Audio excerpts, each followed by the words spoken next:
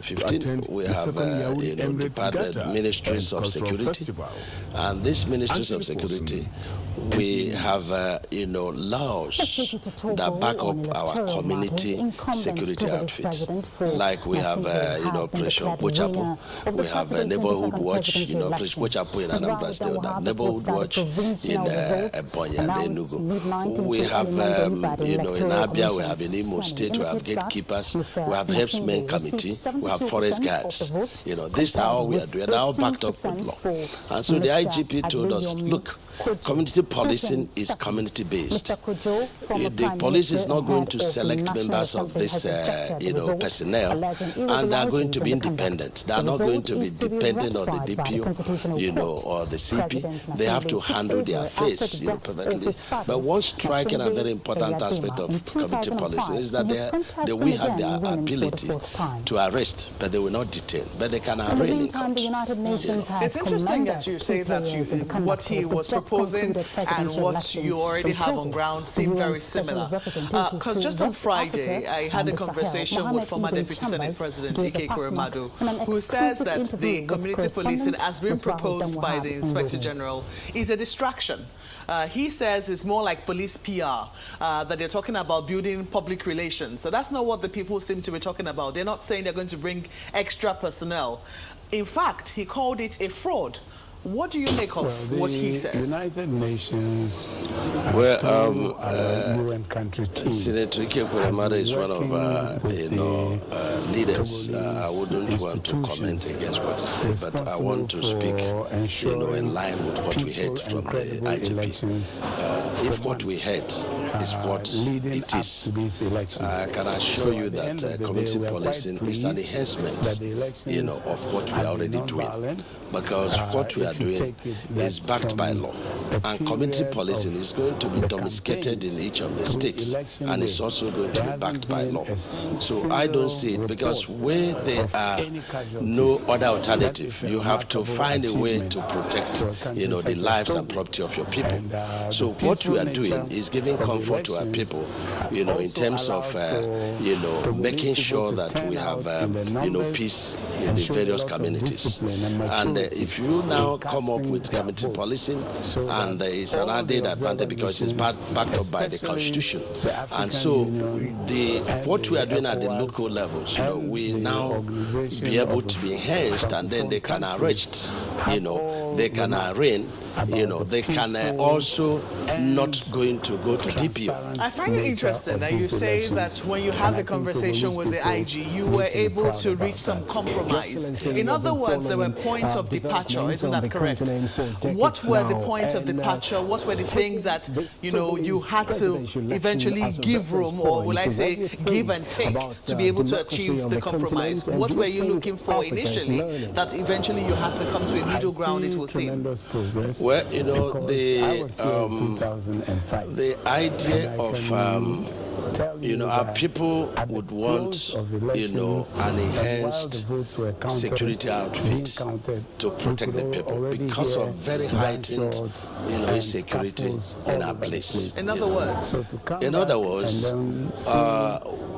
The IGP, was able to convince us that, if there is no state police, which there won't be unless the Constitution is changed, that this community policing will enhance our community security outfit. In other words, what the people of the Southeast want is state police. Also, the fact that they want state police. They want state police. But you see, when people talk about regional, security, there's nothing like regional security, because regional security is above state police, and there won't be regional security. Even what Motekun is saying is state-based. It's not a regional, police. But our people, some of them believe that we just have one central, security outfit, and then, there is one central command. The Constitution does not allow that. But what we are doing in Southeast, of course, we started, in July 2018, and we formed our, Southeast Security Committee. And what we agreed is to have in Enugu, which is our central home, the committee that will be saddled with intelligence gathering. We have communication gadgets there. We have our servicemen there. And so these people get information. These people coordinate the activities of the local, vigilante and all the various, security outfits to ensure that, the one, they conform to the law, two, that are trained, and this is what you do. We started that in July 2018, and when Ohanaeze kicked, we had another meeting about a week ago. And we all came together with the stakeholders of Southeast and say, hence, we can improve on that security committee. Who were those flying the kite of Ogbunigwe? Because we heard about that shortly after the Southwest governors came up with Amotekun. Of the national our personal opinion, and everybody is entitled to his opinion. That thinking, everybody is thinking, how can our lives be protected? Because you don't know who is the next victim. So there are people that, are feeling that, but not everybody can be everybody. What I'm saying is, was it a thought that, is the Alpha and Omega? You are bound to have the kind of resistance we are facing. We see women, young women, and also experienced. Was it something? Was it a thought that? It's the Alpha and Omega. You are bound to have the kind of resistance we are facing. We see women, young women, and we have to continue doing what was it something? Was it a thought that? Led by Chief Bisi Akande, the group says is a demonstration of peace-building mechanism and a platform for aggrieved members to reunite. The National Secretariat had played host to protesters calling for the removal of the party's national chairman. The development, these youth say, is not the way to go. In Abuja, Salihu Abdullahi, NTA News. Let's look at conflict resolution. The government and people of Nigeria have been told to pay greater attention to strengthening both the conventional and traditional conflict resolution structures as a way of stemming the rise in conflicts in the country. This was the position of experts at a national symposium held in Birnin Kebbi, northwest Nigeria, on the farmer-headed conflicts. Femi Okewo reports. This is the maiden edition of a national symposium in memory of a former Attorney General of Kebbi State, Abubakar Boyi Diko, who was said to have spent most of his professional life working for the resolution of farmers-headers conflict in Nigeria. And even from its inception, the symposium has taken an international dimension, with the President of the United Nations General Assembly and the UN Deputy Secretary General asking to be fed in on the resolutions of the symposium, which can be brought to the fore by the United Nations. To find solutions, we must work together. One such common ground among experts at the symposium is how the long-standing and time-tested traditional conflict resolution processes can be brought back to stem this rising spate of conflicts. Community-oriented approach is likely to yield greater dividend in diffusing and eventually eliminating the menace that has retarded economic development and created widespread insecurity. We have to recognize that our ecology, is a shared ecology, and we have to make it work for all.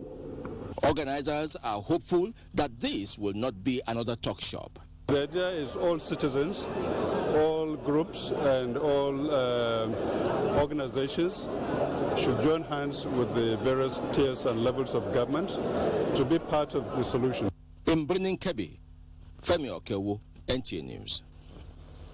Let's take a pause for some messages. We're back shortly, so stay tuned. On April 2nd, 2020, in the capital city of Abuja, the Ivory 8 Ball, a life-saving fundraising event featuring music and arts in aid of skin cancer patients with albinism. For participation and sponsorship, call Edidiong on 070-197-733 52 or Chinwe on 090-559-61514. This event is powered by Nigerian Television Authority, TV Enterprises, Federal Radio Corporation of Nigeria, FRCN, African Independent Television, and Raypower FM, Silverbird Television, and Rhythm FM, the Albino Foundation, the Ivory 8 Ball, for a worthy cause. Watch out. My name is Balaunti. I'm the Managing Director of Petroleum Product Marketing Company, a subsidiary of NNPC. There are significant price discrepancy between Nigeria and its neighbors across Africa. There's a discrepancy of between 150 to 250 naira. That creates an incentive for arbitrage, whereby smuggling triumphed by taking petroleum products across the neighbors so that they can be sold at higher price. While the smugglers are making the money, Nigeria is paying for it. And that payment is distorting everything that we do in terms of planning, in terms of our ability to fund, and thereby taking money that is meant for development. The introduction of this Operation White will have a reduction of close to 6 million liters on daily basis, which if you take an average of 150, translate to a saving of over 1 billion naira every day. That is the benefit of Operation White, and we have started seeing the great benefit.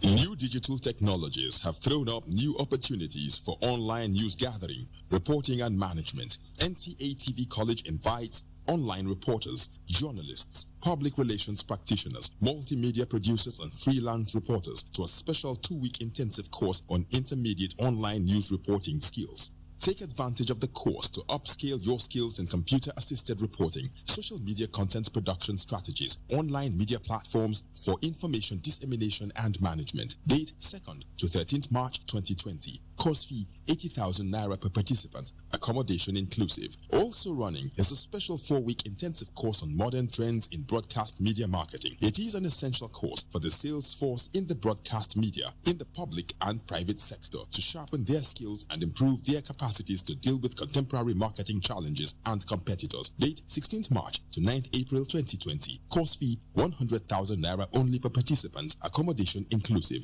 The venue for both courses is the serene and secure environment of NTA TV College near Old Government House, Rayfield, Jos. For more inquiries, please call 0803-314-4383 or 0806-980-9807. NTA TV College, Jos, training you to be the best you want to be. Many thanks for being there. Let's head to the Center of Excellence to join Michael Alea to bring us more reports on Nationwide. Michael, what's the latest at your end? Thank you, Ruth, for joining us in Lagos. The super calm strategy adopted by the military to fight insurgency in the northeast has continued to yield positive results. This was the message of the Chief of Army Staff, Lieutenant General Tukur Buratai, to the Joint Logistic Corps West Africa Social Activities in Lagos. Lee Neneke has details. Over time, the country has been bedeviled with activities of insurgents and other criminalities. This situation therefore requires concerted efforts of the military to consolidate on the successes recorded so far. This convergence of officers and men of 5 Logistics Corps of the Nigerian Army, which is the first since inception of West African social activities by the military, underscores the pivotal role of logistics in all operations, be it asymmetric warfare. The Nigerian Army, in its bid to provide real-time logistics to troops, has introduced the concept of super camps across all theaters of the country. The Logistics Corps commanders are therefore enjoined to provide effective and efficient logistics to these super camps. The successes recorded in the last year's exercises will further spur the Logistics Corps to redouble their efforts. Operational and tactical capabilities of troops did not go unnoticed, as 5 soldiers from the Corps were rewarded for their gallantry. Wives of fallen heroes also benefited from the gesture by the Supply and Transport Corps. Diverse cultural dances, tug-of-war, the high points of the event. This is the first time 5 corps, Nigerian Army Supply and Transport, Medical Corps, Ordnance Corps, Electrical and Mechanical Engineer Corps, and the College of Logistics are coming together to celebrate the age-long program. In Lagos, Lane Lenake, NTA News.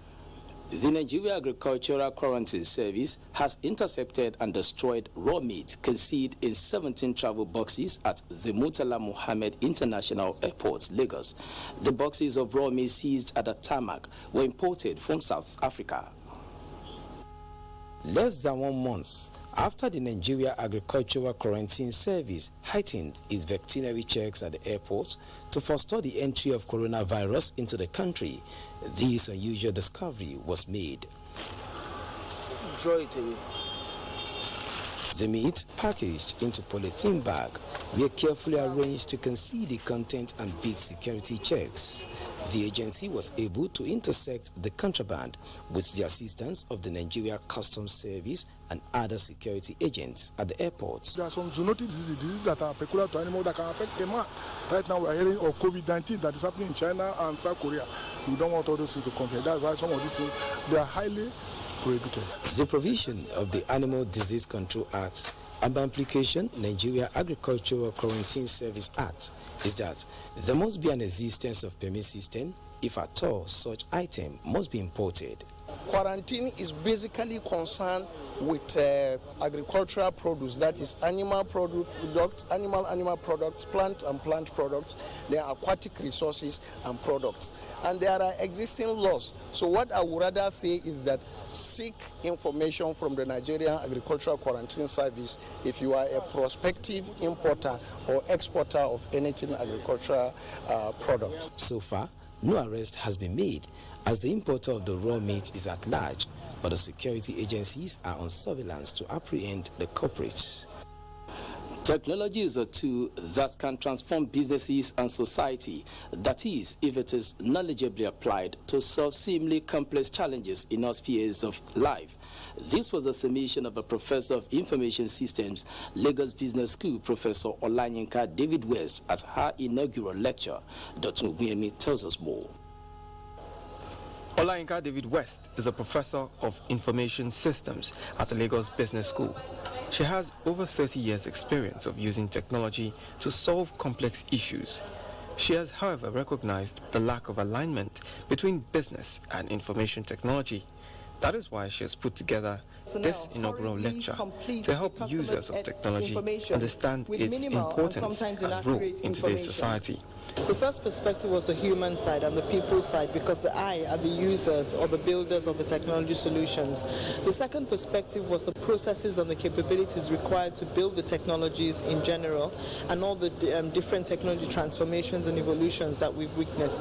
Then the third perspective was the benefits perspective, looking at why are we even buying or building technology. We're buying it for either organizational performance, if we're using it within an organization, or for social good and social change. She believes building digital innovations, digital capabilities, and applying them to help society is the responsibility of all, with government creating the right environment. In Lagos, Dotun Okunyemi, NTA News. Dotun's report ends. Our contribution from Lagos Nationwide continues with roots in Abuja. Many thanks, Michael. And while digital innovation is making strides there in Lagos, it appears relief has come the way of women entrepreneurs in Nigeria and Africa at large following the official launch on a media platform in the country to connect them with financial institutions for the provision of grants, markets and mentorship for an enhanced productivity and so much more. How will this work? Let's hear from Momsodi Mendati. The stage is set, the red carpet is on, and women from all over Nigeria are trooping to the exhibition pavilion of the International Conference Center. The ambience is just perfect to suit the event, which is the national media launch of 50 Million African Women Speak platform. It is a platform seeking to address the information needs of African women entrepreneurs and empower women towards economic development of Nigeria. Also here, women are meeting themselves and forming a hub of network to expand their markets.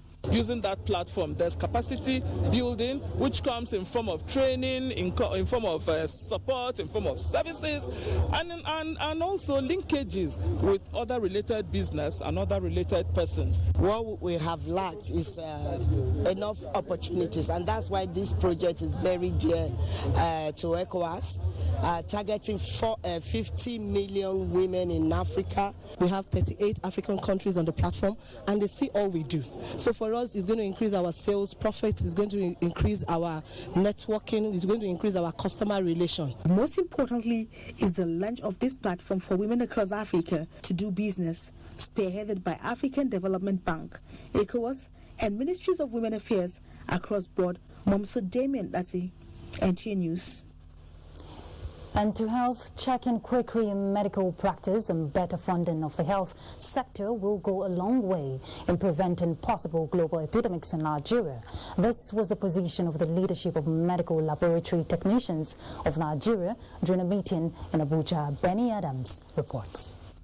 The union leadership noted with concern how Nigeria's healthcare is underfunded and overstretched, leading to proliferation of private medical outfits seeking to fill the gaps and help provide alternative, which they say comes with a heavy price.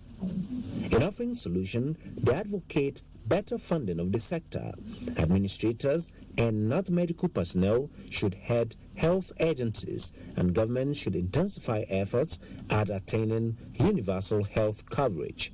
So we're using the opportunity to call on the Medical Laboratory Science Council of Nigeria to start issuing practice license to all medical laboratory technicians and assistants in this country.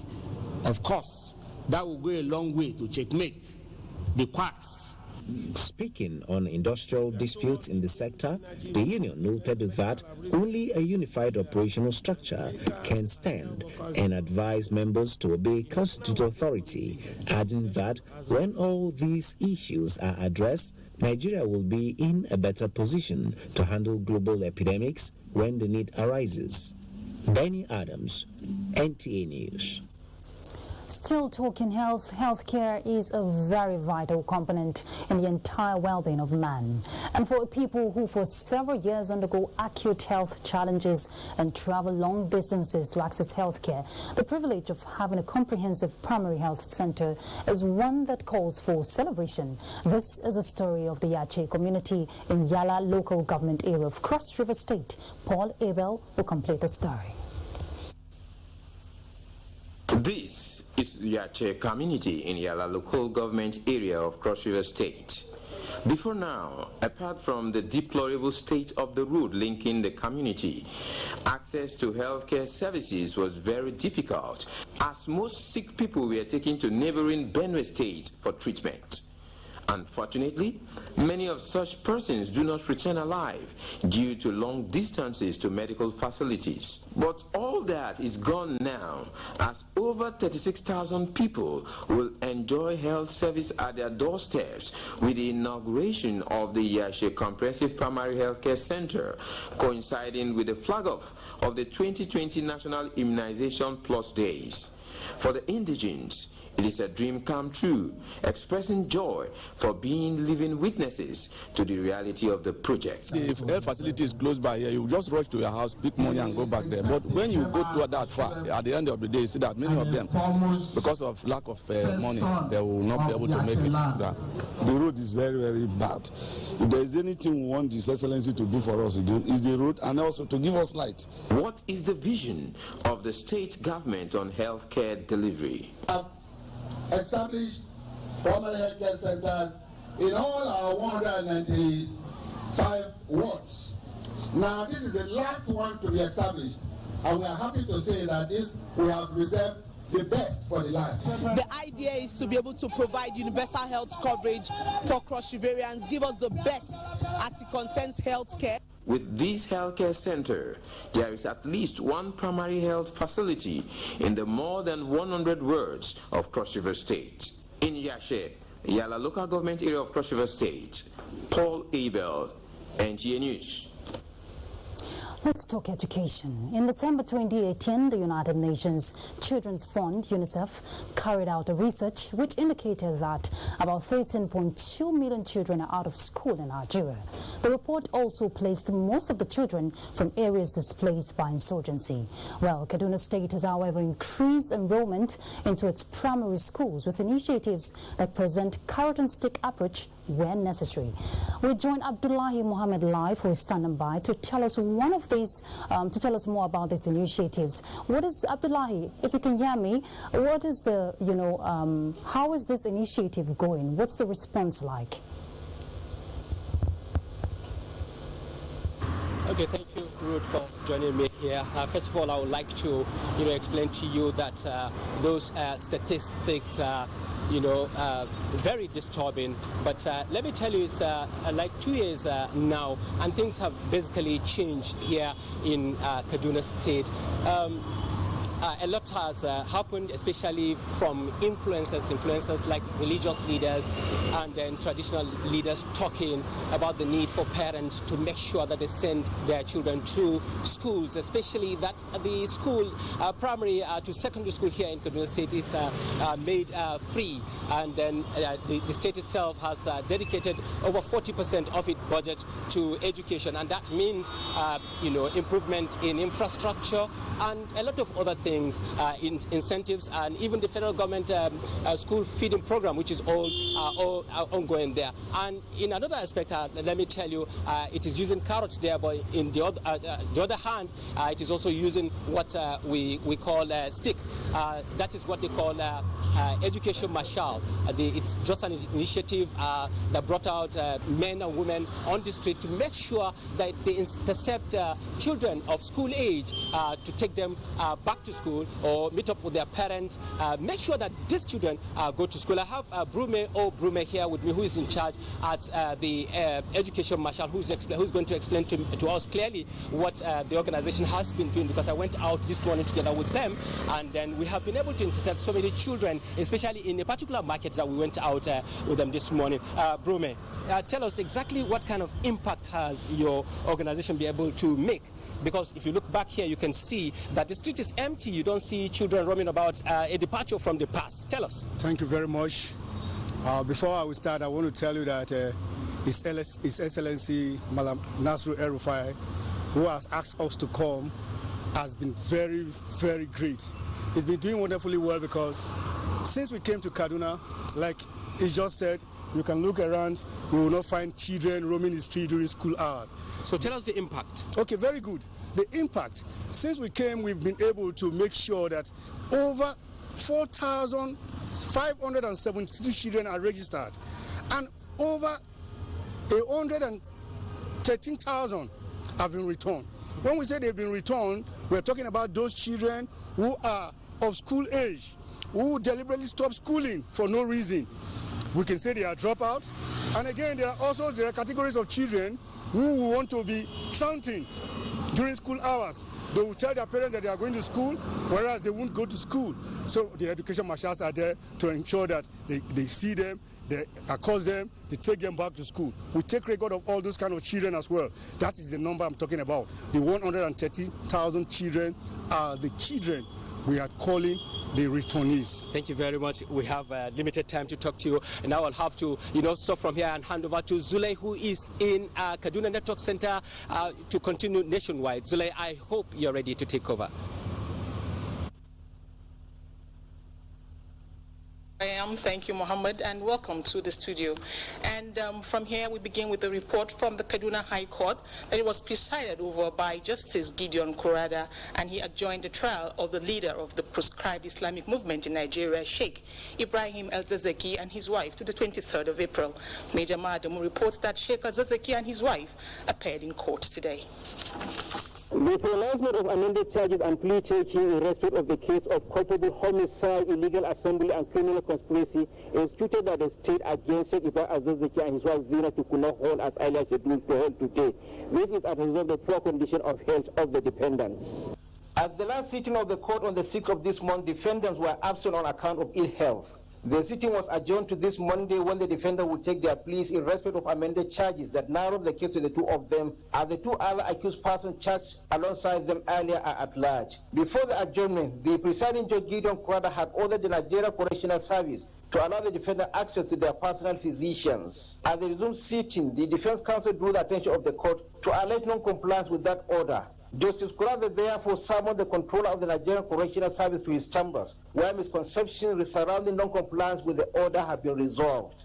It is only someone who is medically fit that can take a plea or a trial that having failed to comply with the orders of court, mandating the prison authorities to allow the defendant in that case access to their doctors. Now the court has reiterated this order and had allowed, given the order that his personal physicians should be allowed access to him. He should be given all the necessary assistance. If he wants to go for scan in any of the hospitals, the correctional center should provide security for him to be taken anywhere he wants to. And then the court had adjourned the matter to the 23rd of April, so that all these issues should be seen to have been done before trial commences in earnest. At the next resumed sitting, the defendant will hopefully take their pleas, and the trial subsequently commence. In Kaduna, Maijama Adamu, NTA News. And from Jigawa, we have a report that Governor Baduru Abubakar of Jigawa State says the state now has the capacity of producing about 70,000 metric tons of high-yield quality rice annually. Governor disclosed this while flagging off the Jigawa State Integrated Rural Development Program, an Islamic Development Bank-funded project in the state. Mansour Aliyu Hassan reports. The $37.373 million loan for the full implementation of the Jigawa State Integrated Rural Development was granted by the Islamic Development Bank. All this information will feed into the formulation of the next member country partnership strategy for Nigeria. It is aimed at enhancing food security, economic growth and poverty reduction. This project, Governor Muhammad Badr Abubakar say, will see to the realization of many impactful projects, such as the development of 60,000 hectares of land, the construction of 100-kilometer length feeder routes, construction of 15 agricultural markets. Other areas are the establishment of 27 skill acquisition centers, provision of 2 food storage stores in each of the 27 local government areas of the state. We also intend to support microfinance companies or banks to give facilities to farmers. In the last 4 years, Assembly demonstrated a lot of commitments. We have been in the agricultural system for years, but these 4 years to me is like the other 30 years I spent in agriculture. The Jigawa State Integrated Rural Development is targeted at providing over 2 million direct and indirect jobs, particularly in areas of microfinance, to productive farm families and other low-income rural poor for supporting agricultural input supply and other economic generating activities. In Dutse, Mansour Aliyu Hassan, NTA News. And from Katsina, a joint operation by the National Border Drill Team and personnel of the Federal Operations Zone B Command has led to the arrest of more than 50 vehicles suspected to be conveying prohibited items along Jibia border in Katsina State. Muhammad Umarajingi reports. As smugglers devise various tricks of concealing and importing rice into the country, Nigerian Customs Service becomes suspicious of every truck sighted along the border communities until found otherwise. These trucks, numbering about 50, were intercepted on their way to Katsina town from Jibia. One of the drivers, Haladu Musa, claims the vehicles are not conveying prohibited items. We didn't import any rice. These goods were kept in Jibia. We saw the volume, about 51 trucks coming in. We believe there may be something. That is why we have started conducting examination now. And at the end of the day, it's the examination we have conducted and further investigations that we are carrying out will decide the next step we are going to take. These vehicles loaded with gas cylinder and fertilizer were also intercepted. Other prohibited items were apprehended in Kano on their way into the country. The Federal Operations Unit Zone Command says it has made spectacular seizures from January till date. In Kaduna, Muhammad Marajingi, NTA News. And Muhammad Umarajingi's report wraps up our package from Kaduna Local Center. We're back to Ruth in Abuja from Kaduna.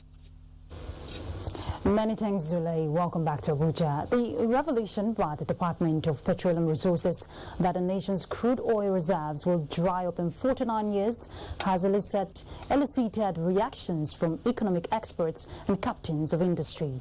Guests on NTA's Good Morning Nigeria say the country needs to shift focus and policies back to its agrarian and mining capabilities before the oil boom, and also embrace emerging opportunities in science and technology as well as digital economy. Let's hear from Lydia Samson. For these guests, Nigeria underutilized the golden opportunity in the last 5 decades to use the windfall from crude oil to develop other economic sectors and bridge infrastructure deficit. With the gloomy picture of depleting resources already painted by the Department of Petroleum Resources, they believe the way forward is to look backwards at the sectors that sustained Nigeria before oil. Okay? Ensure now what you call the enabling environment for people to be able to do business. What does that mean? That you must be able to develop these policies that tie you as one government onto one program, onto one direction, and which must tie CDA, LGA, state governments to our national, government. My friend this last year farmed cassava, and the cassava was everywhere. He lost money, 6 million, run away. If there were manufacturing and processing plant, that's what we need in this country now. You can't do agriculture without processing and manufacturing. It's impossible. The issue with Nigeria is not about policies. It's about policy implementation, the capacity to execute the policies we have. And therefore, this rests squarely on the institutions, particularly the civil service or the public service institutions that are meant to execute these policies. They are quick to point out that the depletion of crude oil reserves does not mean the end of the nation's oil and gas industry, as there are huge prospects for harnessing Nigeria's gas potentials. We are a gas nation. We are able to now at least use the gas resources we have to diversify our economy, to freeze the hard foreign currency which we spend, import to oil. We need to process what we have in terms of the remaining gas or oil. We need to emphasize more on processing rather than importing, and that is doable, very, very doable. If, for instance, DPR or the Ministry of Petroleum Resources to just make it easier for people to do refinery in Nigeria. They describe the depleting crude oil resources as a wake-up call for government to formulate sustainable policies that will define Nigeria's economic future.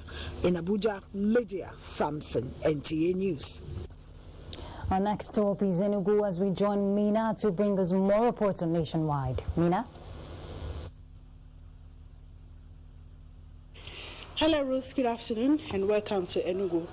The Enugu State Security Trust Fund Bill, recently passed by the State Assembly, has been signed by the Governor, Ifeanyi Ugwuanyi, in a bid to ensure efficient security operations in the state. The bill was signed during the last Executive Council meeting, where approval was also given for the release of intervention funds for Bishop Shanahan Hospital in Nsukka, Ozuwani Local Government, and Godfrey Okey University for various development projects. Susan Eze has the details. Following the signing of the Security Trust Fund Bill by the Governor, Enugu State Commissioner for Information announced to journalists that a team will be set up to manage the funds that will come from development partners and the private sector. Owners of public buildings in the state are directed to install CCTV cameras within 6 months, all to further enhance security in Enugu State. This will ensure that no hotel, no restaurants, no public building can function here after 6 months if you don't have. This is to aid and support the state's commitment to provide security.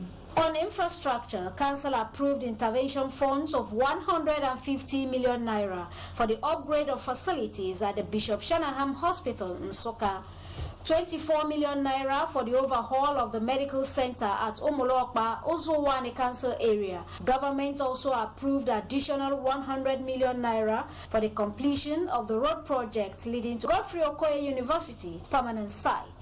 This, according to the commissioner, is in line with government's agenda of partnering faith-based organizations in the advancement of development in the state. As council harmonized number of fees payable by private schools operators in the state from 32 to 8, it also approved the recruitment of 20 vehicle inspection officers, VIOs, to enhance the duties of the State Ministry of Transport.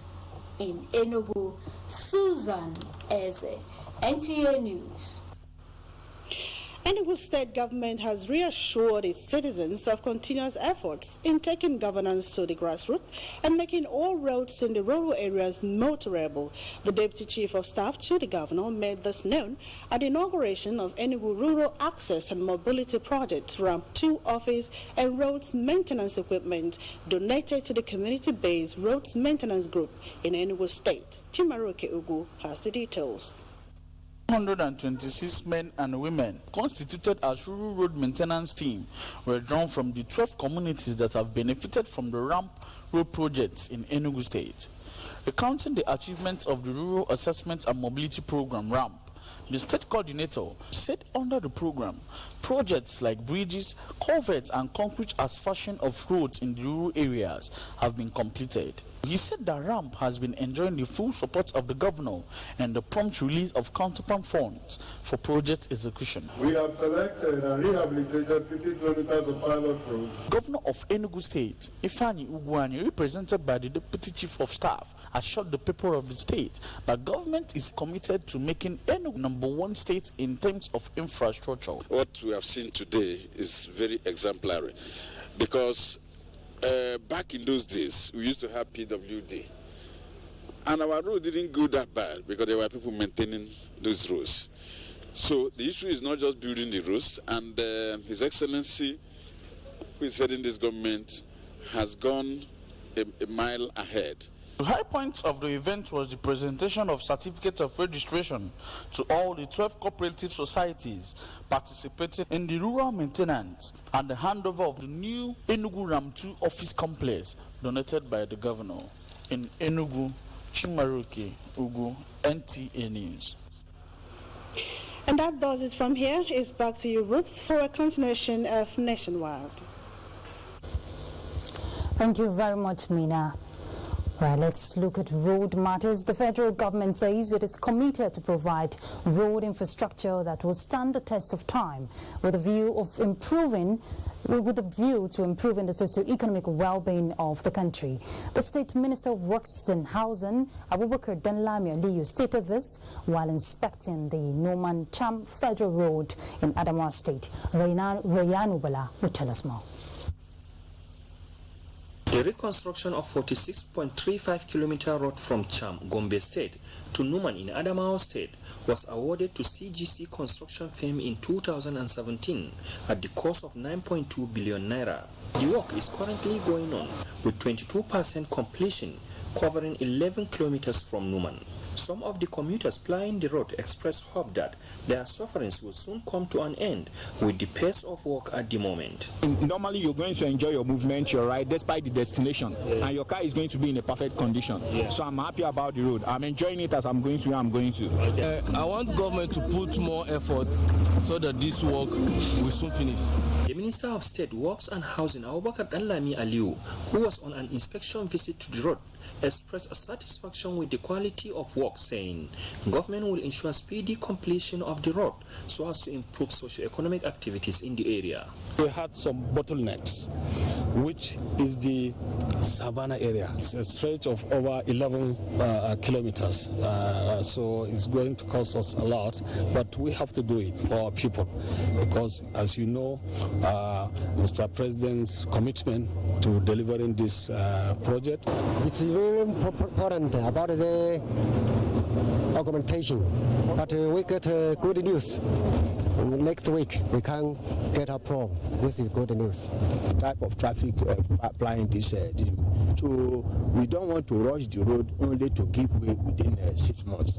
So we are taking our time to really do a very thorough job on this section of the road. In Yola, Rayanu Bala, NTA News. And from Yola, we're heading straight to Maiduguri, where we hear that the governor, Umar Babagana Umar Zulum, declared today, being the 24th of February, as a day of fasting and prayer for residents in the fight against insurgency and for the return of peace in the state. So we join Naomi Abako live in Maiduguri to give us an update on the level of compliance by the residents. Naomi, it's over to you. What's the level of compliance? Thank you, Ruth, and welcome to Maiduguri. The level of compliance in Maiduguri is that of total. I mean, everybody has complied. It's like Ramadan. The only difference is both the Muslim Ummah and Christian community are observing the fast. Everybody is fasting. It has been a devotional day. People ready right from yesterday. And here with me, I have two residents that will talk more about their take on what is happening. I have with me an ambassador of peace in Maiduguri, Ahmed Shehu, and I also have Francis Okoye, who has been in Maiduguri for over 20 years. So I'm going to start with you. What's your take on what's happening today? Well, actually, it's a call. It's a call for service to God by the governor, and surprisingly, everyone agreed and everyone abide by it. It's now 11 years now, and we are still counting. And so, when the governor called for people to help in fasting, despite all the religious differences, everyone agreed that this is the time for us to come together and then pray for peace. So, as I'm talking to you now, it's just like a fasting period. Everyone, including me and you now, are fasting in Maiduguri. And with me also is Francis Okoye. How has it been today? It has been wonderful, and there has been a great compliance to the governor's declaration. And residents, we are happy with the governor's declaration because the Boko Haram war is turning spiritual, and it requires spiritual warfare to battle the fight. And in fact, even the IDPs are not left out, because when I visited one of the camps, they said they were fasting to see that the crisis come to an end so that they can return to their respective villages. Thank you very much. Yes, Ruth, it has been a fasting day, and the people here believe at the end of the day that God intervention will take place. So we are done here on the street. It's now back to the studio in Maiduguri, where Abubakar Mohammed Musa is standing by. Okay, thank you there, Naomi. Residents of Maiduguri, the Borno state capital, today woke up in a spiritual mood, beseeching the Almighty's quick end to the insurgency bedeviling the state and country. The state governor, Professor Babagana Umara, had declared Monday, 24th February, as Day of Fasting and Prayer, which received overwhelming response from Muslim and Christian communities who mobilized the people to participate. Muhammad Ibrahim reports.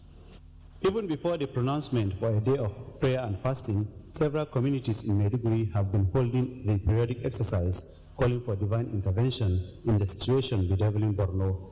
Last week, the Christian community held a week of fasting and prayer for restoration of peace, while the entire Igbo community took a day off business, closing shops, to hold special prayers to God for a quick end to the reign of terror. Answering the governor's general call for prayers and fasting was an outstanding response from all Muslim and Christian communities that had mobilized followers to participate with sessions in churches and mosques, which the clergy commended. As our followers and good students, we here in Medina always we are praying for this state, we are doing for the country, we are praying for the leaders. NTA News drive round Maiduguri, the Borno state capital, revealed business as usual while government offices were operational, but all under a calm atmosphere. The compliance is not just restricted to one particular religion. Because before the governor made the declaration, he started by consulting them. He consulted the Shehu of Borno, who is the Islamic spiritual leader, of Borno state. Then he also consulted with the chairman of the Christian Association out of courtesy, and respect, and to get the buy-in on everyone. NTA News came across community effort of giving of alms and charity work involving sharing of gruel and other foodstuff. Some residents that spoke to NTA News say they are fasting in compliance with the call by the Borno State Governor, Professor Babagana Umara Zulum, to seek divine intervention. In Maiduguri, Muhammad Ibrahim, NTA News. In Maiduguri, Muhammad Ibrahim, NTA News. Thanks, Mohammed. House of Representatives Committee on Defense says it will do everything possible within its power to assist the military in ending Boko Haram insurgency in the northeast. Chairman of the committee, Baba Jimmy Benson, gave the assurance while on an oversight function in Maiduguri, the Borno State capital. Memuna Garba now report. The decade-long lingering security challenges in the northeast region has continued to be a source of worry to Nigerians, which informed the decision by the House Committee on Defense visit Borno on a fact-finding mission. The visit, which was timely as efforts are being made to end the crisis, also afforded members of the committee to get first-hand information from stakeholders regarding the counter-insurgency operation. Troops welfare, training and provision of more equipment were some of the challenges the committee intend to address to enable the military perform maximally to end the insurgency. Borno has to regain its title, which is the land of peace. So we're going here, we're going to meet the National Assembly again and do things within the shortest possible time to bring back peace to these very peaceful states. I believe the insecurity in Nigeria will soon be a thing of the past. Members of the committee interfaced with the army in a closed-door meeting at the Command and Control Center, Operation Lafia Dole. They also intimated Governor Babagana Umara Zulum on the purpose of their visit, where the chairman commiserated with the state government over the Auno insurgency attack that claimed many lives. In Maiduguri, Maimuna Garba, NTA News. And that's a contribution from Maiduguri. Ruth in Abuja will be back shortly. He lost his mom when he was about 6-7 months old, and the grandmom is more or less on her own. The family needs help, my mom needs help. The day I met the child, he was chased from school. I said, open your hand. What was that? It was 3 palm kernels. That was his snack.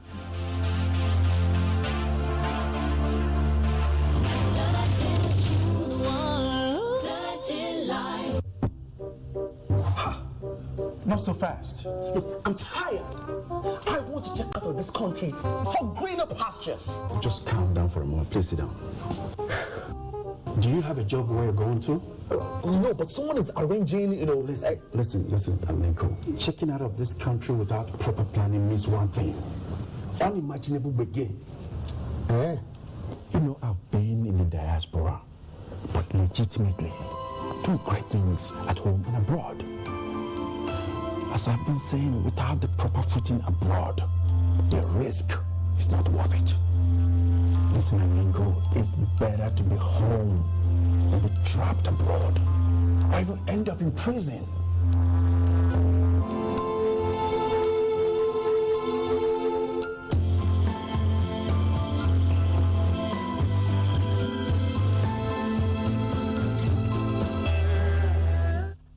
Well, we do appreciate your company, and we have come to the end of Nationwide today. Thank you for your time. I am Ruth Aguele. Enjoy the rest of your evening. Bye.